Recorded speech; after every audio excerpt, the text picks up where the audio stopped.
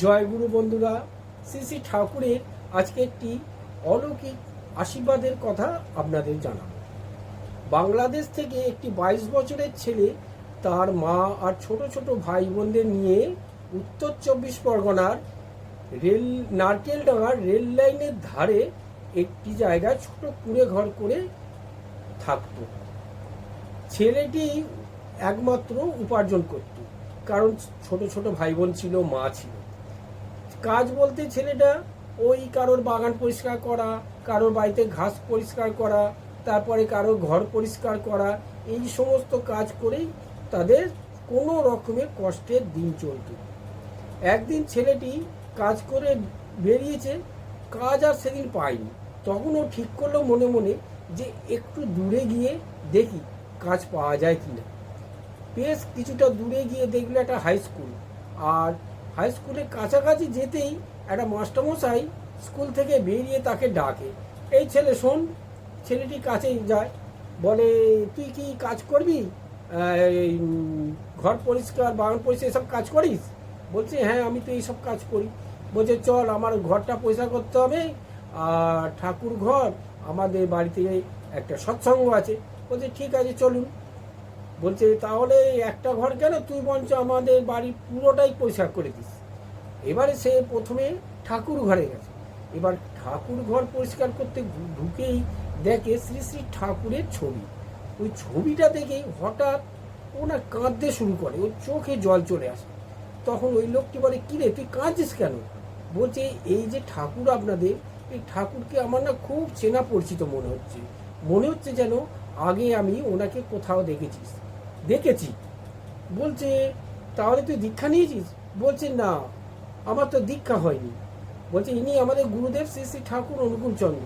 বলছে ঠিক আছে, তাহলে তোর দীক্ষার ব্যবস্থা করে দেবো, তুই আজকে কাজ করে তাহলে বাড়ি যা, আমি আমার এক ঋত্বিক বন্ধু আছে তাকে নিয়ে তোদের বাড়ি যাবো।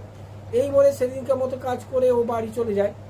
ঠিক তার দুদিন পরে ওই মাস্টারমশাই ওই ছেলেটিকে ডেকে পাঠায় যে তুই আয় আমাদের বাড়িতে সৎসঙ্গ আছে, আর আমার ওই ঋত্বিক বন্ধু এসছে, তো দীক্ষা হবে। বলতে ছেলেটি ওর মাকে পরিবার শুদ্ধ সবাই আসে। ছেলে আর ওর ছেলেটির মা দীক্ষা নেয়। দীক্ষা নিয়ে যথারীতি ওরা যে যার আবার বাড়ি চলে যায়। এবারে তার পরের দিনে ওই ঋত্বিক দাদার সঙ্গে ছেলেটি দেখা করে হঠাৎ বলে যে দাদা, আমার ঠাকুরের কাজ করতে ইচ্ছা করে, আপনার সঙ্গে আমি ঘুরতে চাই, আপনি যেখানে যাবেন আমি সেখানে যাব। বলছে ঠিক আছে, প্রতিদিন তো আমি যাই না, যেদিন তোমার কাজ থাকবে না আমার কাছে আসবে, আমি তোমায় নিয়ে যাব। এইভাবে ওই ঋত্বিক দাদার ব্যাগ নিয়ে আর ওই ছেলেটা ঋত্বিক দাদার সঙ্গে বিভিন্ন জায়গায় ঘুরতে। একদিন কি হচ্ছে, ঋত্বিক দাদা বলছে যে আমি দেওঘর যাব। তখন ওই ছেলেটি বলছে দাদা আমায় নিয়ে যাবেন, আমার তো গাড়ি ভাড়া নেই। তখন ওই মাস্টারমশাই শোনে, বলছে ঠিক আছে, গাড়ি ভাড়ার ব্যবস্থা আমি করে দেবো। বলতে ছেলেটি দেওঘরে যায় ওই ঋত্বিক দাদার সঙ্গে যায়। কিন্তু তার আগে ওর মাকে যখন বলেছে, ওর মা বলছে কিরে তুই যাবি ঠাকুরের কাছে আর খালি হাতে? বলছে আমরা তো গরিব মানুষ, আমাদের তো কিছু নেই, কি নিয়ে যাব? বলছে দাঁড়া, বলে ওর মা কিছু মাঠ থেকে থানকুনি পাতা নিয়ে আসে, আর ভালো করে পরিষ্কার করে ধুয়ে একটা সেই চিকচিকি কাগজের ভিতরে দিয়ে আর ওকে দেয়। ও তো খুব লজ্জা পাচ্ছিল যে আমি নিয়ে যাব এই থানকুনি পাতা ঠাকুরের জন্য। বলে এই ভেবে তো ঠিক আছে বলে মা বলেছে যে গেল, নিয়ে গিয়ে এবার ঠাকুরের কাছে গিয়ে দাঁড়াতে ঠাকুর বলছে কিরে, কি বাবা তুই চুপ করে দাঁড়িয়ে আছিস? তুই যে থানকুনি পাতাটা নিয়ে এসছিস লুকিয়ে রেখেছিস, তোর বগলে তো লোকানো আছে থানকুনি পাতাটা প্লাস্টিকের প্যাকেটে, দে। বলতে ঠাকুর বলে ওর কাছ থেকে থানকুনি পাতাটা চেয়ে নেয়। ও তো তখন ভাবছে বাবা, আমি থানকুনি পাতা নিয়ে এসেছি লুকিয়ে রেখেছি, ঠাকুর তাও জেনে গেল, বাবা কত মানে অন্তর্যামী ভগবান, ও তো মনে মনে যা ভাবছে। তারপর বলছে তুই কি চাস? ঠাকুরের সঙ্গে কথা বলেছে আমি তো খুব গরিব মানুষ ঠাকুর, কোনো কাজ টাজ করি না।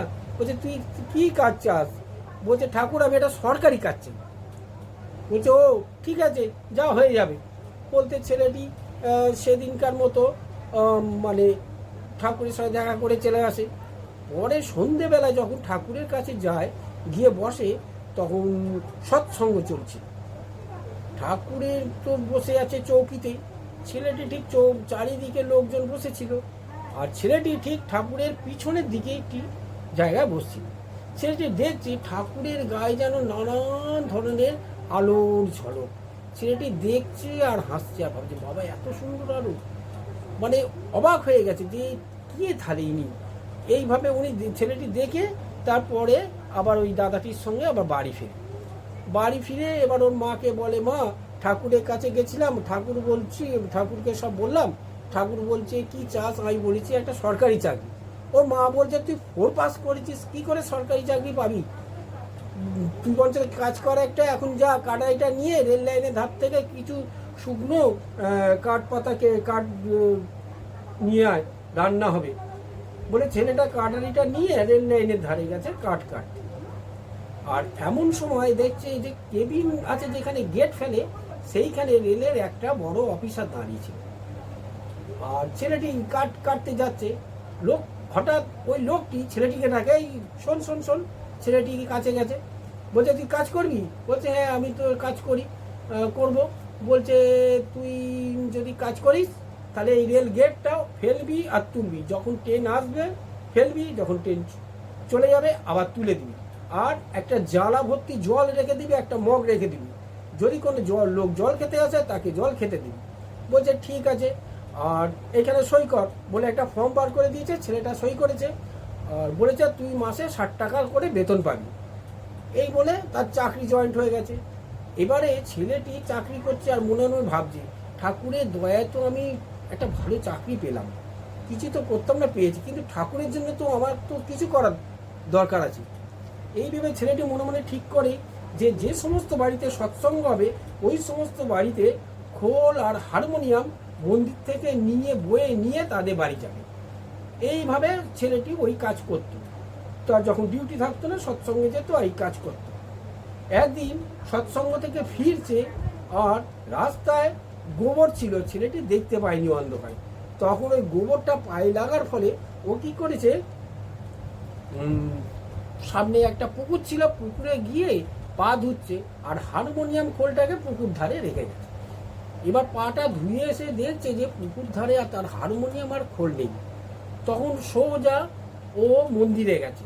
ওই মন্দিরটা ছিল গোবরডাঙ্গা মন্দির। ওই মন্দিরে গেছে, গিয়ে দেখছে যে যথারীতি যায়, মানে যেখানে থাকার কথা সেইখানেই হারমোনিয়াম আছে, খোল আছে। ও আর কাউকে কিচ্ছু বলেনি, ও সোজা চলে এসেছে, বাড়িতে চলে এসেছে। এবারে আবার ও দেওঘরে একদিন গেছে। এবার দেওঘরে যেই গেছে, আবার ওই ঠাকুরের কাছে গেছে।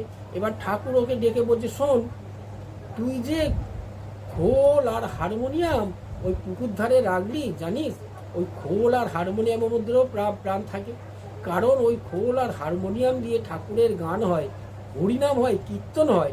ওইরা পুকুর ধারে নোংরা জায়গায় কেউ কখনো রাখে? একটু ভালো জায়গা দেখে রাখতে হয় তো।